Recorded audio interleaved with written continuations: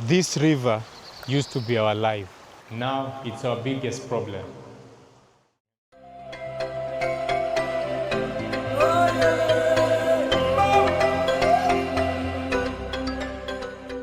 Under the skyline of Nairobi lies what was once the source of life itself.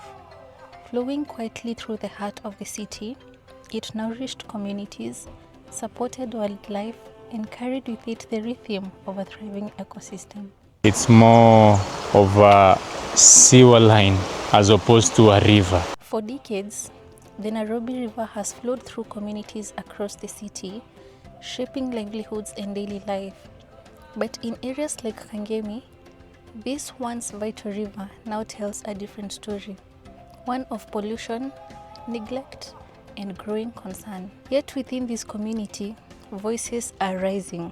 Residents, leaders, and environmental authorities are speaking out about the future of the river and what it means for the people who live beside it.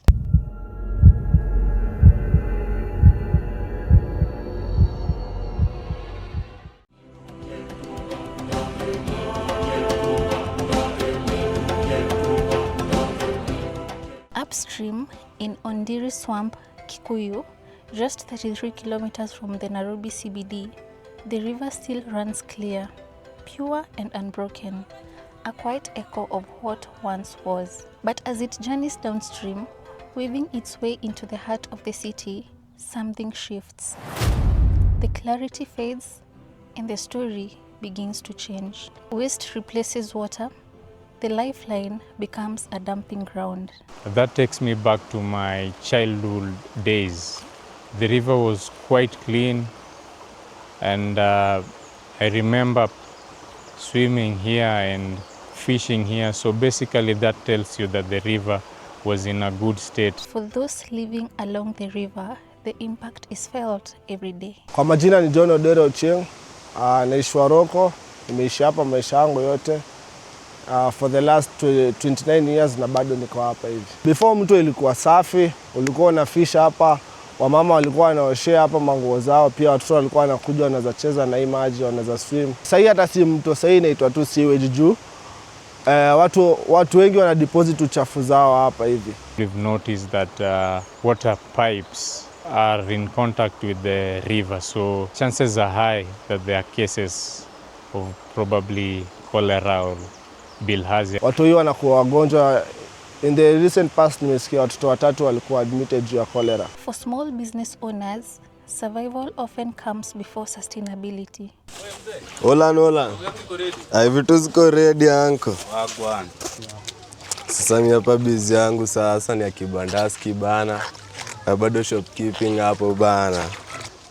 Mimi vile naweza sema ni kama labda wanaweza kuwa wamekosa career, wanaweza kuwa wanamwaga hizo takataka yao. Wanaona tu wache ikuwe rahisi tu wamwage hapo tu kwa mto bana. Au labda wanaogopa hizi bills juu. Hawana walipokutupa. Wanaogopa hizo bills za takataka bana, wanaamua tu warushe kwa mto. Hiyo sio kitu poa juu bana, ni kuchafua mazingira bana. Mimi ninaweza waambia nituchore hiyo vako juu sasa haifai. Maji ilikuwa safi, sasa ishachafuka.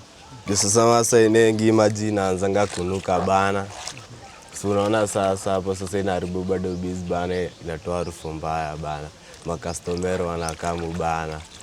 Wacheki. Wanaona ni kama area yako ndo chafu na kumbe bana ni mto. This feel poor. Local leaders say they are aware of the problem, but solutions are not always simple.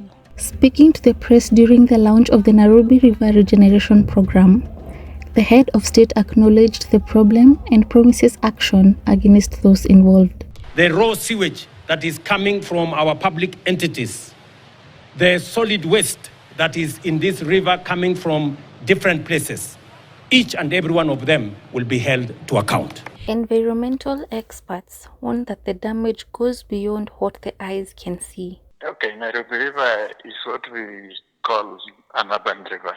And these urban rivers are very critical because they provide important ecological functions to the people who live in the city. and the environment. That is why we call it ecological functions. For example, to the people, if it is working well the way it ought to be, then it may provide aesthetics. If you live near the riverbank and your house faces the riverside, then you can imagine the feeling. Urban rivers face serious challenges because of human activities.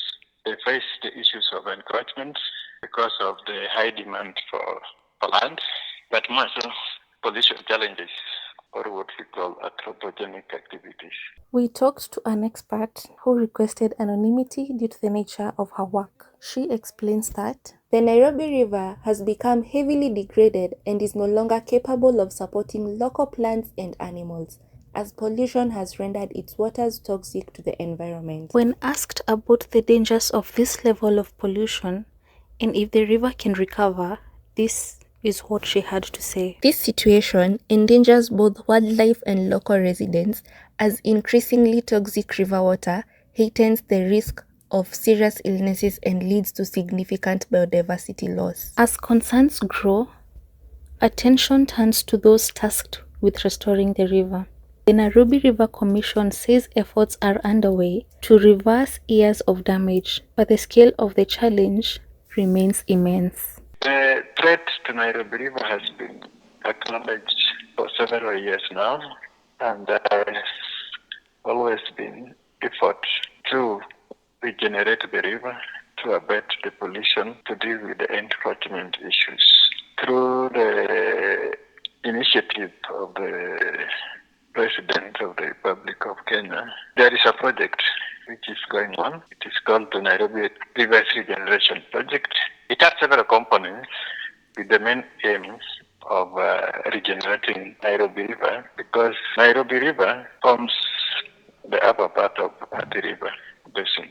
So at the moment, the project is focusing on the Nairobi River itself, the main river, from Naivasha Road all the way to Dandora Falls. It will cover a distance of around 27.2 kilometers.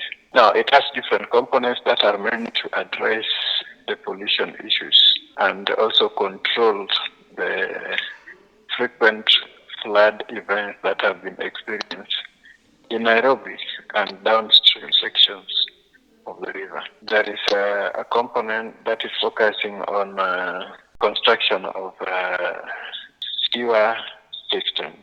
So the idea is to increase the connectivity or the connection of the population in Nairobi into a sewer system. Without addressing pollution at its source and protecting riparian ecosystem, cleaning up efforts alone cannot achieve lasting ecological recovery. Naweza sema gava ingechukua action, ingeanza mali source inaanzia, mali river inaanzia, jumali inaanzia iko safi.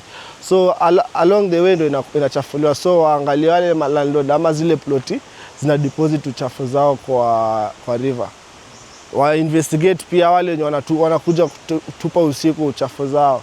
Yes, of course, any project will always experience some hurdles here and there, but we are trying to go around them to ensure that the project succeeds. For example, in some cases, you may experience resistance from the people who live within the riparian areas. Some of them have been living in such places for long. They consider such places home. So when you ask them to leave, of course, they will not normally leave willingly. Sometimes you have to use a little bit of force to ensure that they leave. So such resistance, which have also sometimes political links, may hinder implementation of such projects. But to deal with this, we try to emphasize or to implement a consultative approach towards implementation of this. According to her, what needs to be done urgently is strengthen the role of institutions such as the Nairobi Rivers Commission, enforce environmental laws consistently across all sectors, use continuous water quality monitoring to track progress and identify pollution sources. I would say environmental management is a collective responsibility of the citizens. we as the citizens of this country, or Nairobians for that matter, have a contribution to what we are seeing. It is possible to restore the ecological health of the Nairobi River.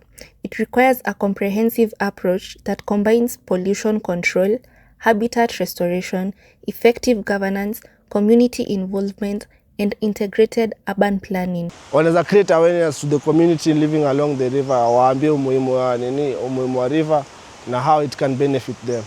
Environmental recovery is sometimes a very slow process. We may not go back to the status where it was, say, in the 1930s, but it can go back to a status where we can say this is a normal river.